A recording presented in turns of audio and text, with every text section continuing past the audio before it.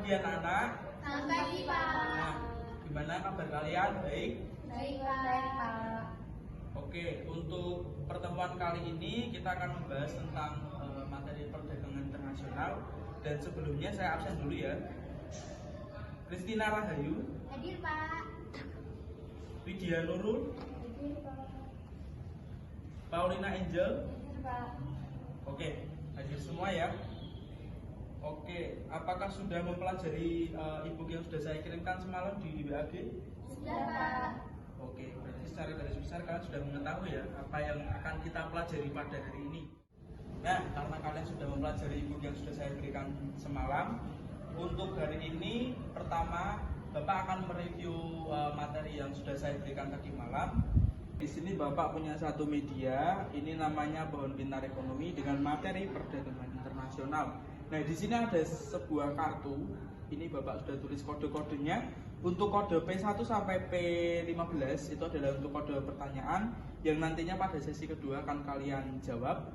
Lalu untuk yang pada sesi pertama ini ada kode M1 sampai 5. Itu adalah kode materi yang nantinya kalian akan mengambil dan juga membacakan. Lalu Bapak akan mereview kembali materi yang sudah kalian dapatkan. Seperti itu, apakah sudah dipahami? Paham, Pak.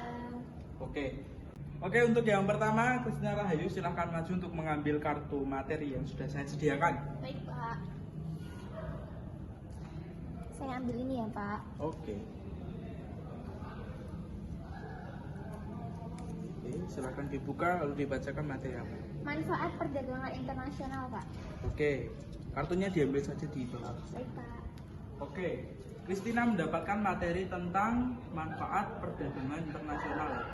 Oke, manfaat dari perdagangan internasional yang pertama itu adalah terjadinya hubungan bilateral dan juga multilateral.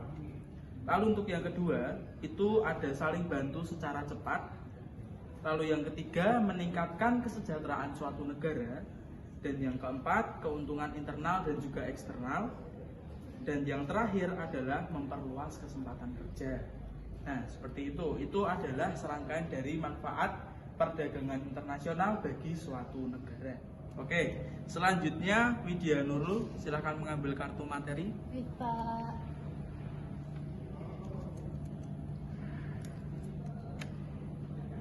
Kebijakan perdagangan internasional.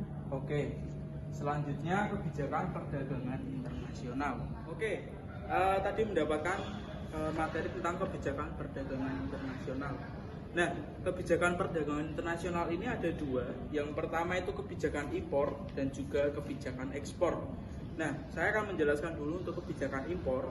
Kebijakan impor itu adalah kebijakan yang diambil oleh pemerintah untuk mengawasi dan mengendalikan impornya suatu negara, lebih-lebih bila neraca pembayaran negara tersebut menunjukkan angka defisit.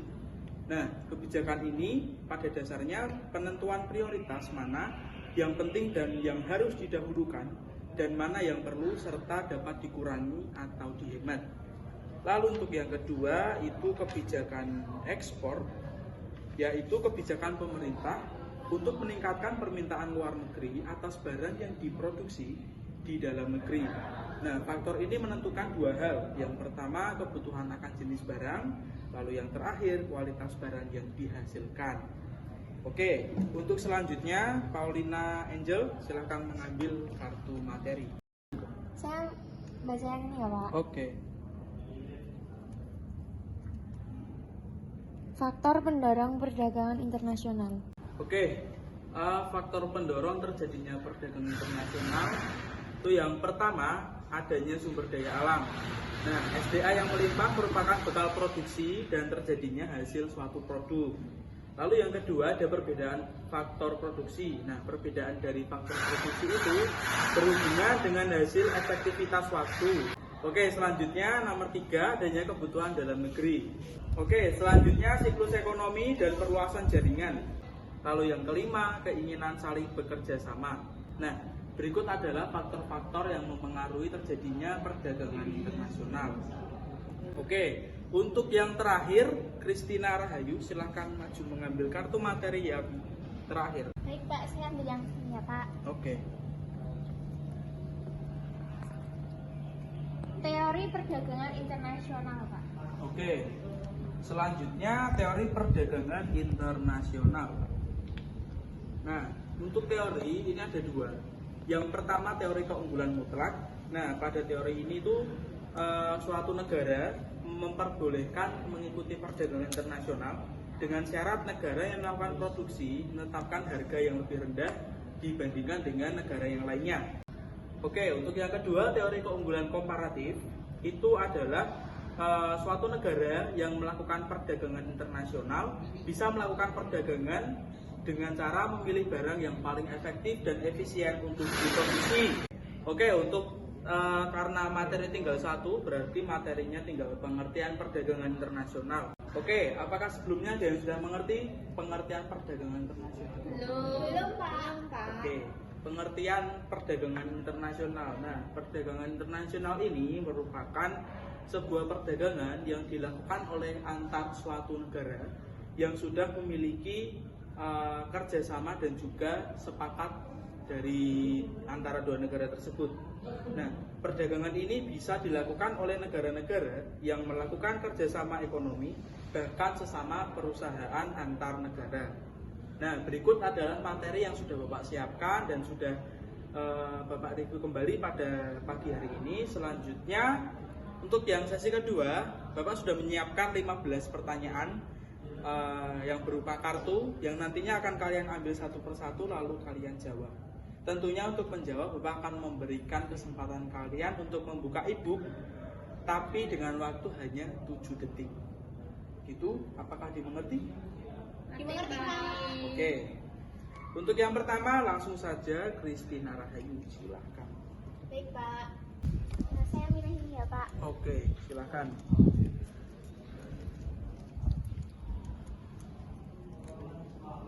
Apakah perbedaan dari faktor produksi, hasil produksi dan efektivitas waktu, Pak? Ini tidak ya? Oke, benar. Tepuk tangan untuk Christina Rahayu. Ya. Terima kasih, Pak. Selanjutnya Widya Nurul, silakan maju mengambil kartu pertanyaan.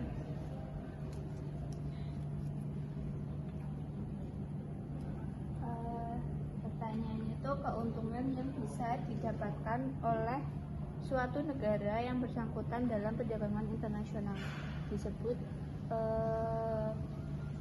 keuntungan internal ya, Pak. Oke, baik. Benar, tepuk tangan untuk Mbak Widya. Untuk selanjutnya Angel, silakan maju.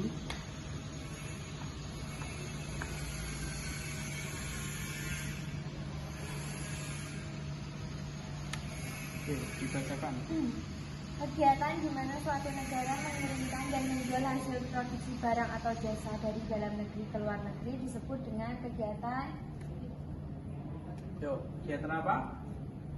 ekspor, Pak.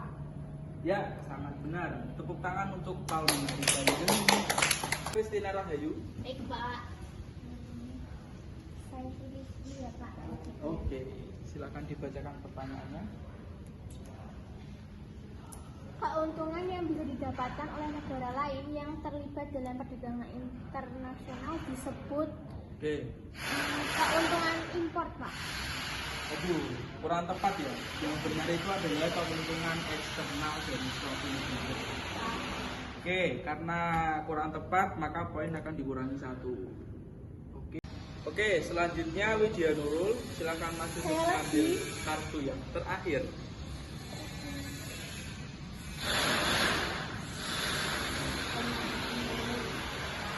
Teori perdagangan internasional yang menyebutkan bahwa syarat negara yang melakukan produksi dengan menetapkan harga rendah adalah teori komparatif.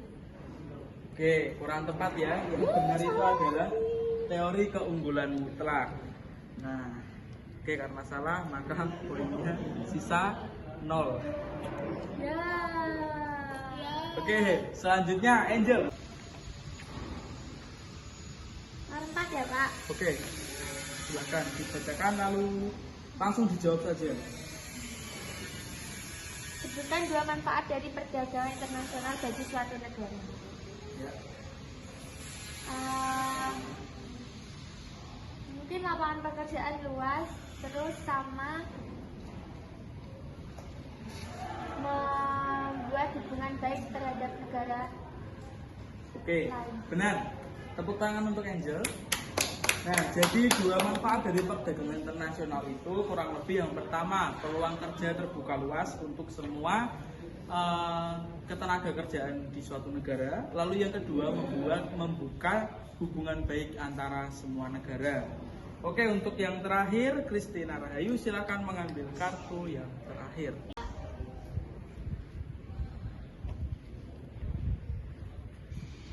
Menurut Anda, bagaimana kondisi perdagangan internasional selama masa pandemi ini? Oke, silakan jawab. Kalau menurut saya di masa pandemi ini kondisi perdagangan internasional pastinya terhambat ya Pak, karena kan adanya PPKM yang dilakukan oleh pemerintah. Oke, kurang lebih jawabannya seperti itu ya. Oke, saya jelaskan kembali. Menurut Anda, bagaimana kondisi perdagangan internasional selama masa pandemi? Nah, perdagangan internasional ini kan identik dengan perdagangan antar negara ya. Misalnya seperti Indonesia dengan Malaysia ataupun Indonesia dengan Filipina, Jerman ataupun Italia. Nah, dengan adanya pandemi ini, maka pada awalnya perdagangan internasional itu pasti terhambat. Karena kan waktu awal-awal masuk pandemi itu semua kegiatan diperbatas ya secara berkala. PSBB itu pembatasan sosial secara berskala besar. Nah, itu pasti sangat mempengaruhi terhadap perdagangan internasional. Nah, pada awal masa pandemi, kegiatan perdagangan internasional ini pastinya terhambat karena adanya pembatasan sosial secara berskala besar. Nah, pertumbuhan ekonomi global ini diawali di pandemi mulai menunjukkan gejala penurunan. Mulai dari penurunan pertumbuhan ekonomi di negara maju, lalu bahkan hingga negara berkembang seperti Indonesia. Nah, World Trade Organization atau WTO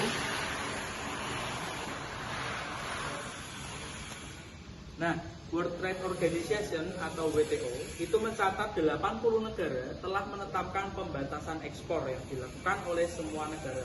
Nah, sehingga hal ini itu membuat negara kegiatan perdagangan internasional sedikit terganggu.